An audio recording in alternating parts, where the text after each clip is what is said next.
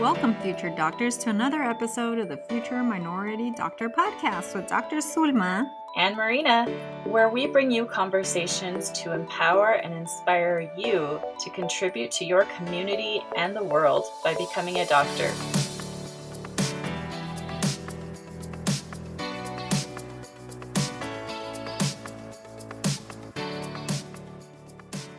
Hello, future doctors. Thanks again for joining us. Today, we're going to talk about the importance of asking for help. For many students, asking for help can make one feel that it's a sign of weakness. This is especially the case when you're trying to prove yourself worthy, as is seen in minorities achieving professions in STEM fields. Given one already feels like an outcast, asking for help may make one feel like you're giving reason to the majority group that their conception of underrepresented minorities not belonging there is true. On the contrary, though, asking for help is essential to be successful. We're going to go over several reasons why many students may not ask for help and how to overcome those barriers. Topics shared today will come from our own personal experiences, and some will be referenced from a Carnegie Mellon University teaching website that I found to be useful. So first of all, let's touch base on some common reasons why underrepresented minority students don't ask for help that are related to cultural and ethnic identity. Dr. Marina, thinking back to high school through medical school, why do you think it's so hard for many underrepresented minority students to ask for help? That's a great question. And I think that part of the reason why it's really hard to ask for help has to do with something that we talked about back in our episode on Stereotype Threat. That's in episode 11 if you haven't listened to it. Basically, when you ask a question or admit that you don't understand something, you're not simply asking a question. In the back of your mind, you might be worried that you will be judged badly for asking a question. For example, if you're a Black woman and you know that there's a general stereotype that Black women are not good at physics, you might be worried that by asking a question about physics or admitting that you don't understand something, you're going to confirm the stereotype that Black women aren't good at physics. So basically, stereotype threat can really make asking questions so much harder because of that extra level of psychological fear. As you can see, stereotype threat plays a big role in why underrepresented minorities often do not ask for help, especially in the fields of STEM. Please take some time to listen to our episode 11 to learn more about stereotype threat. Dr. Marina, what advice would you give to a student who feels this way? Yeah, so two things. First, remind yourself that what other people think about you is their problem, not yours. Don't let other people's opinions interfere with your learning. The fact is that we as underrepresented minorities won't start disproving negative stereotypes about us unless we allow ourselves to be full participants in the learning process and therefore achieve our full academic potential. Number two, if you have a question, chances are that a lot of other people in the group, in the class, have the same questions, but they're also too afraid to ask. When you ask a question, you're not just helping yourself by getting an answer or an explanation, but you're actually helping others around you who don't have the courage to ask the question. And some of those people are going to really appreciate that you had the courage to ask the question because it helped them out as well. Just make sure that you're not the only one asking questions and hogging all of the participation time. So I have a little anecdote about this. My husband, who I met in college, we were both undergraduates at Stanford. We met when we were sophomores. He is Caucasian and he loves to ask questions in class. So when we were first dating, we happened to be taking a lot of the same classes, like biology and some of our chemistry classes. And so he would be really engaged in the lecture and he would just raise his hand whenever he wanted to. And it made me really uncomfortable because I myself was not comfortable asking questions. So when I saw him do that, I was like, what are you doing? Like this anxiety kind of just rose up inside of me. And over time, I kind of understood that the fact that he was asking questions just meant that he was comfortable because of the way that he had been raised, the high school that he'd gone to, the way that he'd been trained. And he wasn't afraid like I was of confirming those negative stereotypes. So he was more comfortable doing that. And the fact is that because he asked all those questions, he actually learned a lot better than I did. Because whenever he had a question or an interesting comment or anything, he was engaging with the material in a way that I didn't feel comfortable doing. What about you, Dr. Zulma? Did you feel comfortable asking questions in class? Well, if I think back, I think it wasn't until I was in residency until I started asking questions. In high school, college, and medical school, although I was an extrovert and a social butterfly outside of the classroom, you would have thought I was an introvert in the classroom or in a lecture hall. I tried as much as I could to hide myself when I was in class. I disliked actually doing group assignment work because it forced me to feel exposed that I wasn't smart to my peers. I literally thought that all of my questions were stupid questions. So many times I continued through schooling without having answers to my questions. What's just so crazy is that how we all start out as small children asking a million questions to learn without feeling judged. If you don't know what I'm talking about, just go spend a day with a 4 or 5 year old, and that child will curiously ask you so many questions because he or she is trying to understand a concept. There is absolutely no fear in asking the questions when they do it, too. Just makes you think why it is that we lose this as we grow older. Now, I also want to talk about another reason why asking for help is difficult, and this may just be due to the fear of rejection. This would be fear of your questions being belittled or not being viewed as important. And this may stem from stereotype threat, or it could just be related to past experiences you may have had. If you have been previously belittled for asking questions, the fear of being judged will obviously push you away. I feel that my fear of rejection was mostly pronounced in college and medical school. I feared asking questions because I thought I would be belittled by my professors, my doctor teachers, and especially my classmates. I think my fear mostly stemmed from stereotype threat when I think back.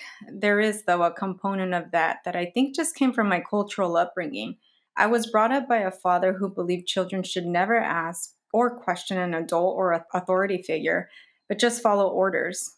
Of course, being a curious child, I still asked questions, but it was to my mom instead. My father felt that if you questioned too much, then that was a sign of disrespect to the other person. But we're going to talk about this a little bit more in detail later on in the podcast. Overcoming this fear started to happen though in residency. Since I had people's lives in my hands, I was forced to ask questions. I still struggled with some doctor teachers in approaching them, but later realized it was nothing about my questions, but rather they were just not approachable people. What about you, Dr. Marina? Yeah, like I mentioned, my husband was one of those people that was very comfortable asking questions in class. And studies that I've read since that time, they show that people in class who raise their hands and ask the most questions, the ones who make the most comments in a discussion, actually learn more than students who don't ask questions or who stay quiet. And that's because you're more engaged in the learning process. It's active learning, like we've talked about many times before. And I know it can be scary to put yourself out there and ask questions or ask for help, but the sooner you learn how to overcome your fear or just push through your fear, the better you're going to be able to learn. And remember, like we talked about many times before, growth mindset. You won't get totally fearless overnight. You might never overcome your fear of asking questions, but it's a gradual process of just practicing and learning to overcome or push through that fear and ask for help when you need it. The fact is, we all need help. Nobody becomes a doctor without a lot of help and support over many, many years. Definitely agree, Dr. Marina. Another struggle why some people avoid asking for help as well is not wanting to be a burden onto others. I struggled with this one too. I tended not to ask for help because I thought my teachers or professors were too busy already with other things. These two were also my thoughts when I was assigned to do group projects with peers. I didn't want to ask classmates questions because I thought I was being a burden on their time and productivity. I was going to slow them down by me asking them questions. I would instead take the back burner and stay silent, putting them before myself. And I think what we all need to do is step back a little bit and think about this. While being compassionate and respectful to others is a great thing, there's a thin line you can cross in which it actually hurts you more. When you need help, the compassion and respect needs to be pointed toward you. Be compassionate about your situation of feeling at a loss when in need of something and deserving that respected time for someone to help you learn when you ask. That reminds me, Dr. Zulma, of being in medical school. When I was about to fail those classes that set me back a year that I've talked about before, I pushed myself to go ask for help because I was desperate. I knew that I was in danger of failing and I knew that I needed help. So I actually did get up the courage to go and ask a couple of professors for help. And unfortunately, they weren't really willing to help me. Like one of them kind of reinforced this idea that it was a burden by saying, oh, it wouldn't be fair if I helped you, but I didn't help everybody else in the same way. And also, I don't want to spoon feed you information. So, there are real experiences that we have that might reinforce this idea that we're being a burden onto others. But the fact is that, okay, maybe two of those people were not willing to help me at that time. But if I had kept searching, if I had asked more of my classmates, if I had asked more of the TAs in my anatomy class, they probably would have been able to help me and willing to help me. But don't give up. Just because you have one negative experience with someone that reinforces that idea, it doesn't mean that everybody is going to. Definitely. I think we're all going to experience roadblocks. And most of you, as you go through schooling and on your journey to medical school and beyond, there will be roadblocks, but it's not giving up and keep moving forward. So I agree with you, Dr. Marina. Then there's the other thing too, and I actually came across this with a friend recently, and it's something called self-reliance. So some people are brought up in which all pride and value is placed on doing it all alone. In this situation, your self-worth may be seen to come from being independent and self-reliant. While these characteristics are good, in certain situations they can actually work against you. Here are some examples. So I'm going to start out with a good situation. So there's no doctors in your family or community. You have always wanted to be a doctor despite all that disencouraging feedback you get from others. You still make the decision to still go for it and be a doctor, although you might be the only one. You are embracing your individuality and decision on your own. So that's a great situation. Here's a bad situation where you don't want to use this self-reliance. You are taking a chemistry class. It has been a week already of trying to figure out some chemistry equations and you're struggling. You spend more than 2 hours every day trying to understand the same material. You tried every way you know to try to figure it out. You feel that you should be able to figure this out on your own. There is no way you're going to ask for help because you should be able to resolve this. You decide to just keep pushing through and perhaps it will come to you the following week. As you can see, being too self-reliant in the second situation is not good for you. It can overestimate your own understanding and abilities. By asking for help, a student could have saved a week's worth of studying. On day one, if that student were to ask for help, it's likely that by day 2 or 3, she or he may have mastered the material and moved on to further develop their learning. We need others to make it and cannot do everything on our own.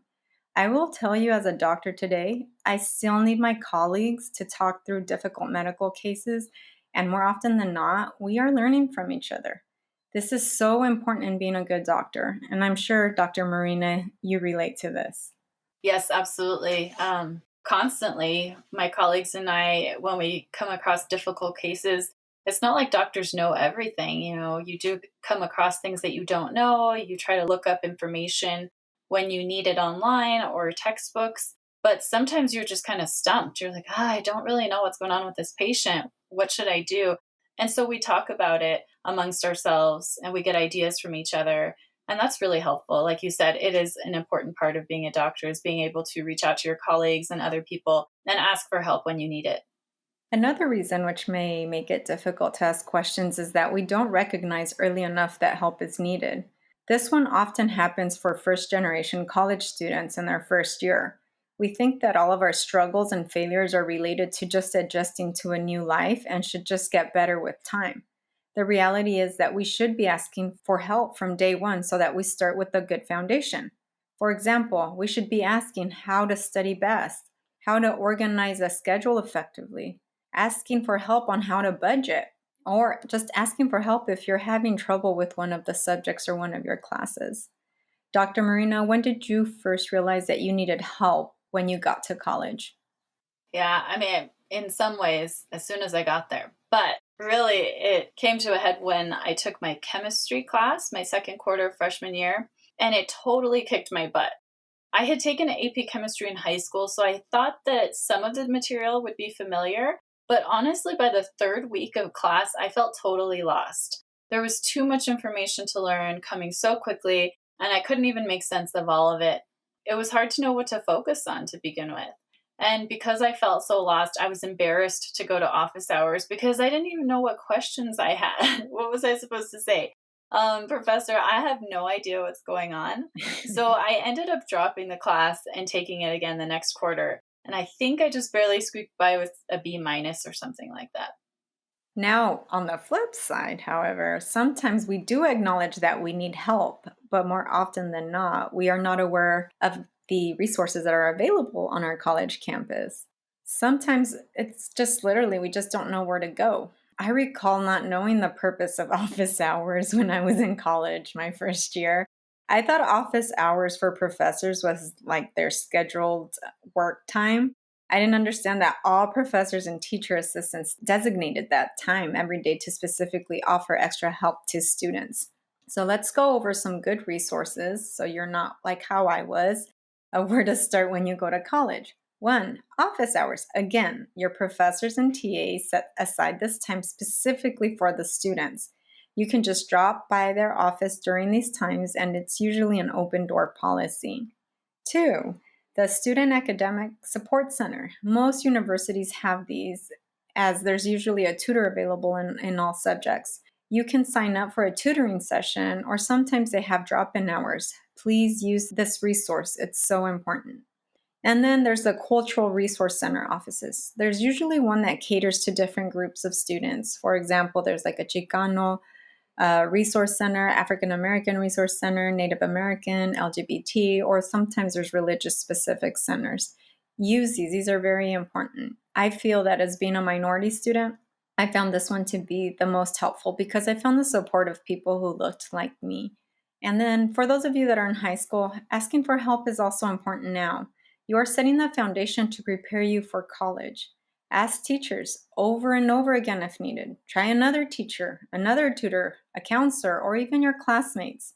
This is especially important if you're doing virtual learning right now during COVID. Please go to office hours as much as you need to get the help you need. No shame in asking for help. Dr. Marina, can you think of any other resources that may be helpful for students in high school or college? Thinking about high school specifically, every high school has high school counselors. And if you're in a large high school, this might be really difficult because often the counselors are pretty busy.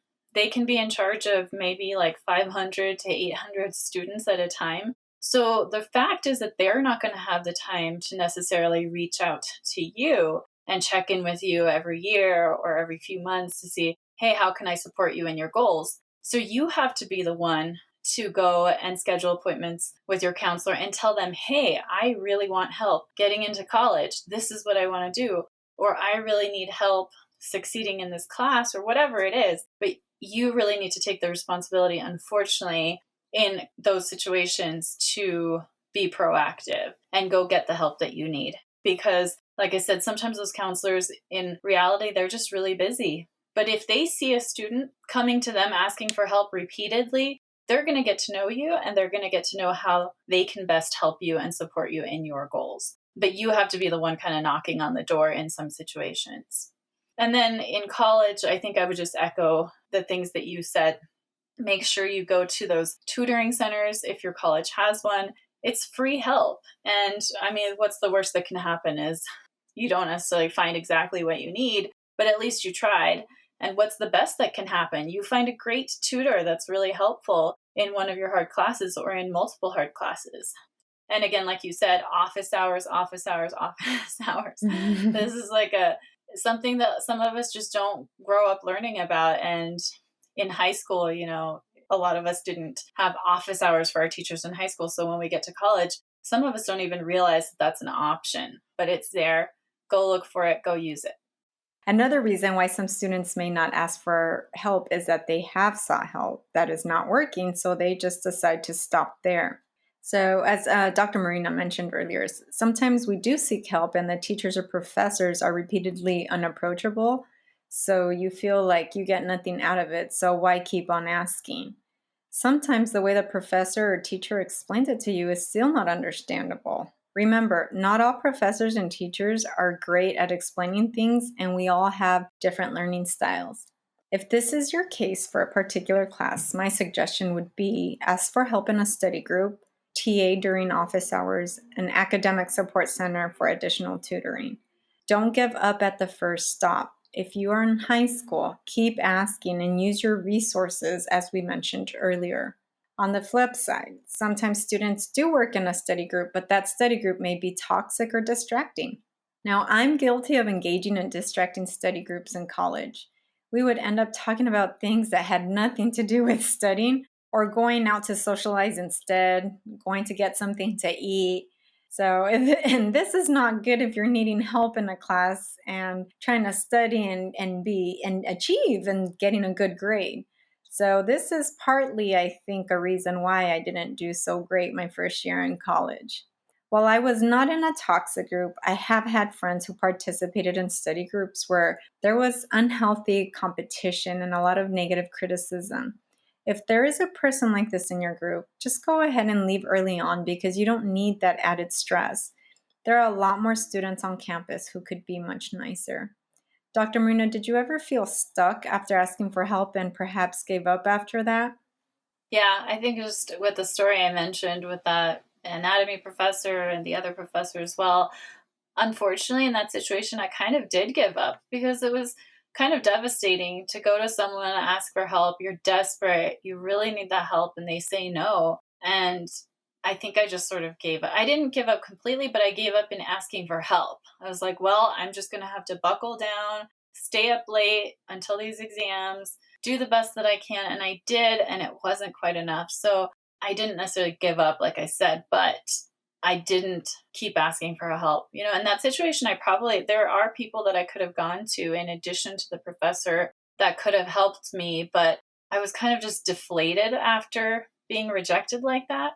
And I did give up in terms of asking for help. Thank you for sharing that because I know that must have been so hard when you were going through all of that.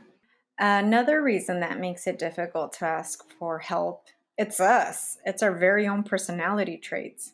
You may have been the go-to person all your life from both family and friends, so you feel that you should understand everything. It's almost as if you have adopted the mantra that people should depend on you and you not depend on other people. Time to let that go when you are applying to college, in college, and for the rest of your life. This personality trait is often linked to the fear of losing control. For those of you who like to be in control, and I would venture out and say a lot of type A students who are likely to be doctors, the fear of losing control is real. You've been trying to hold it together for so long that the idea of asking for help may make you feel like you are losing grip. You do not want the floodgates to open. Well, I'm here to tell you, opening the floodgates is the beginning to change and learning. Through our obstacles and weaknesses is how we can measure our growth. Asking for help is a great way to start this process because when you are down, the only direction that's left is up. Please check out our episode on growth mindset to learn more about this topic. Then there are psychological reasons that can get in the way of asking for help. Acknowledging if you are having symptoms of depression or anxiety, or both, is important. They both play a huge role in being able to ask for help as part of the mental health condition. There is still significant stigma associated with mental health, especially in the communities of color. Although it feels uncomfortable, I would suggest you ask for help. A good place to start is if you're in high school, talk to a counselor or a teacher, your parent, or even your own doctor. If you are in college, walk on over to the Mental Health Resource Center and make an appointment. Nobody needs to know, but do it for yourself. And also, please check out our episode on depression and anxiety as we talk more about it. Dr. Marina, anything you would like to add given this played a significant role in your education? Yeah, like I've talked about many times before, I did struggle with depression during medical school, which contributed to my academic struggles, no doubt. And I think what happened really was because I was depressed, everything was magnified, everything was harder. So studying was harder, asking for help was harder. I didn't just once in a while think, oh, I'm too dumb or I'm not as good as other people. Those negative thoughts were in my mind constantly, all day, every day, for years. So it just makes everything harder, including asking for help, as it did in my case.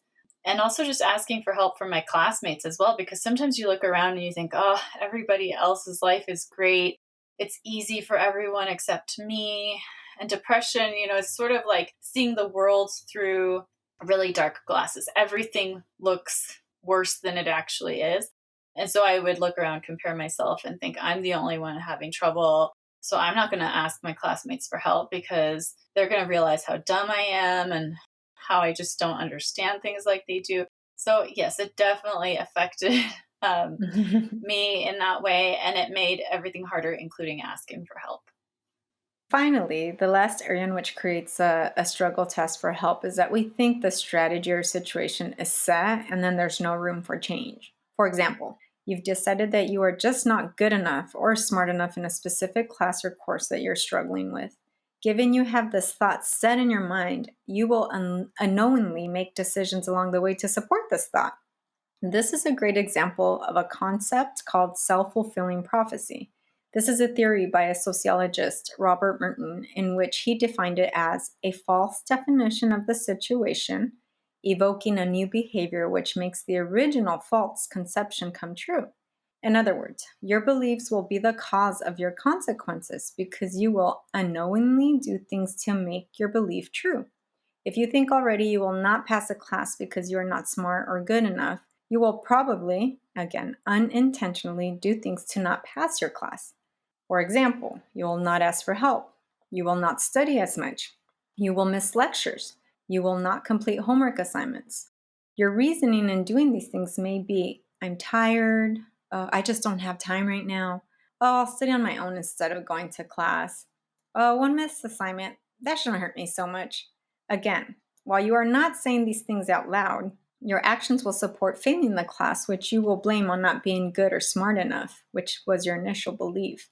When in fact, if you would have asked for help, studied, went to your lectures, and completed your assignments, you could have very well excelled in that class, disproving your initial belief. Dr. Marina, can you think about a self-fulfilling prophecy that affected you all in high school or college? Yes, I can. It has to do with procrastination. For some reason, I've always been kind of a procrastinator. I tend to put things off until the last day or the last minute. So this became a self fulfilling prophecy because what would happen is I would dread doing my assignment or my term paper or whatever it was because I thought it would be miserable. So that was my false belief was doing this math assignment or doing this problem set or studying or writing this paper is going to be miserable.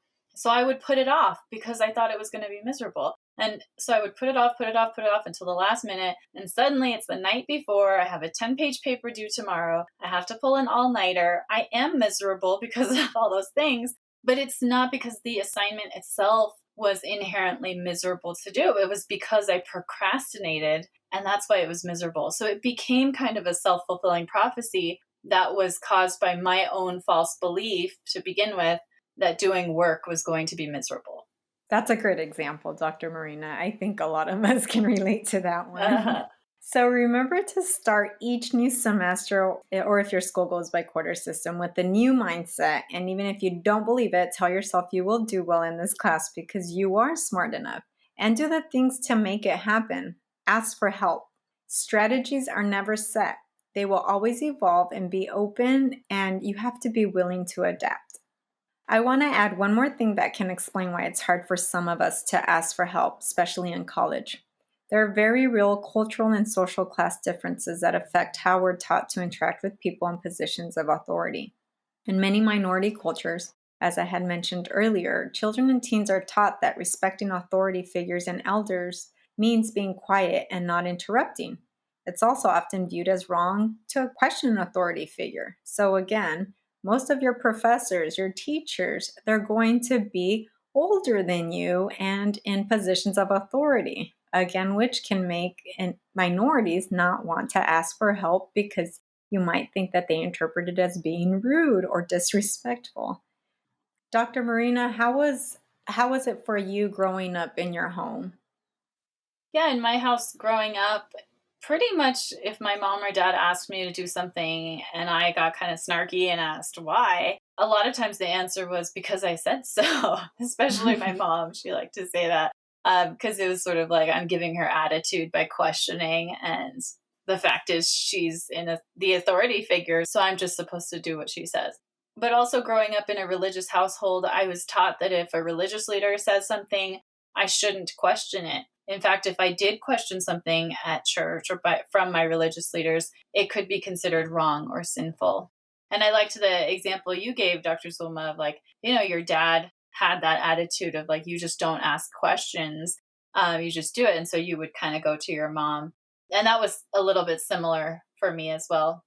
Yeah, with myself growing up, it was if you asked the why, it was so disrespectful. And I mean, we would even get like punished for it, like, oh, you need to go to your room or time out because we asked why, where it was more so not to have an attitude, but Uh huh. I was honestly curious. So when you grow up in a home situation and this is ingrained in you, it's not until now as an adult that I've made that connection, like, oh, that's why it's so hard for me to especially ask people who are older than me questions sometimes when I question things, or especially when I was in college and medical school as well. Uh huh. And then I think being a minority as well, and because I was an immigrant to this country, I felt even more stress when it was a Caucasian person that was older than me. Yeah. It was like the stress to ask them, oh, am I being really rude? I'm supposed to be really quiet. Whatever feedback they tell me, it's true. And I need to just stay quiet because, again, growing up, being an immigrant, it's just something that feels like ingrained because you don't want to cause a ruckus anywhere in society or anything like that. But it turned out to be quite the opposite. Right. All right. So, in addition to culture, your social class can play a role. If you come from a lower social class, in other words, if you grew up poor, you're also taught to do what you're told, keep your head low, and not question authority. Many people who work in the service industry as servers or cooks or housekeepers don't have much to say in what they do. They are at the bottom of the workforce totem pole, and they have to learn to do what they're told or they'll get fired. They don't usually get to have an opinion about how things are done. They just have to follow orders. Again, this is a great example of how my parents were wherever it was that they worked as well. So, this is what they modeled to me as well. So, I think this plays a big role too in Uh huh. people who come from a lower social class. On the contrary, kids growing up in white, middle, or upper class communities get very different lessons about authority. They are still taught to respect authority, but what that actually looks like is different. They are encouraged to engage with adults, join discussions, and ask questions. One place you see this stark difference is if you look at high school students at college prep schools versus normal public schools. College prep schools intentionally train their students to engage with their teachers and administrators, to go to their office hours, and to ask for help when they need it. They are taught to network and make connections with people in order to get jobs, internships, or other opportunities. They are trained to feel confident interacting with people in positions of authority. Yeah, this is definitely something that I noticed when I got to college at Stanford was that there were a lot of students, a lot of my fellow students who were coming from these very good college prep schools, private schools, and it seemed like transitioning to college for a lot of them wasn't hard.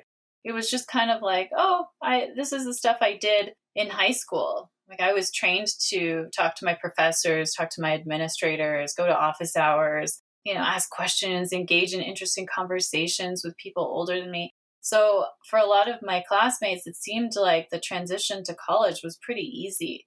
But that was the opposite for me because I had not come from that kind of background where I was taught how to do those things. And I really had to kind of even just understand what was happening and then really try to mimic those behaviors in order to catch up. Dr. Marina, what I found so surprising when I was in college was how there were students who would go during these office hours to talk about how they deserved a higher grade. Uh huh. In my mind, I thought, wow, how dare they do that? But again, it's just like we weren't exposed where you speak up. It's almost like whatever was on your report card, whatever grade you got, that's just what you got. You took it and that was it. So I'm pretty sure you saw that going to Stanford. Yes, I did. In fact, when I realized that kind of stuff was happening, I had the same reaction. It's like what? What's wrong with you? Like, how dare you feel entitled to like question that? Unless you really feel like there was a genuine mistake. But those students, it wasn't a genuine mistake. It was that they felt entitled to a higher grade, and they felt comfortable questioning authority, and I did not. Oh no, neither did I. So on the other hand, teens who attend public high schools, i.e., Dr. Marina and myself, we don't get as much encouragement and training in these things. Because these schools don't have as many resources as college prep or private schools, they don't prepare students in the same ways. When students get to college, they don't feel comfortable talking to professors, going to office hours, or asking for help. So if you find yourself in this position and you wonder why other students don't have as hard a time as you do asking for help, go easy on yourself. Nobody is born being comfortable asking for help. It's a learned skill, and if you practice at it, you can get better. Remember that growth mindset episode. Please listen to it. Start stepping out of your comfort zone and talk to your TAs. Talk to your professors. Go to office hours and ask for help when you need it. I promise it can make a huge difference in your ability to succeed. Is there anything else you can think of that you'd like to add, Dr. Marina? Just emphasizing that point, Dr. Zulma, that it's not like the classmates that you see around you that are comfortable doing those things, they weren't born comfortable doing those things. They had to learn it, and they had 4 or more years of experience in high school practicing those skills. So you're just going to have to practice. It's not like overnight you're going to be suddenly better at asking for help, but just take it step by step. Practice. The more you do it, the more you ask for help, the better you're going to get, just like almost everything else in life. Definitely. So, in summary, practice asking for help, just like Dr. Marina said. Ask questions in class. The more you do it, the more comfortable it gets. Ask questions during office hours. Be part of group study and find answers together. If you are enjoying this podcast, please remember to subscribe to our podcast through Apple Podcasts, Google Podcasts, Stitcher, or Spotify. You can also follow us on Instagram, Facebook, or TikTok to stay informed about new episodes and other fun stuff. We would love to hear from you, what you like about the show, what you don't, and what you would like to hear more about. You can contact us through our website at www.futureminoritydoctor.com by clicking on the Contact Us tab. Also, if you like our show and would like to support our work, please consider making a donation of any amount. Even $1 helps us. These donations help pay for our website, recording services, and podcast editing. Please note that you must be 18 years or older to donate. If you're not in a position to donate, don't worry. Just keep listening. Until next time. Peace and love, everyone.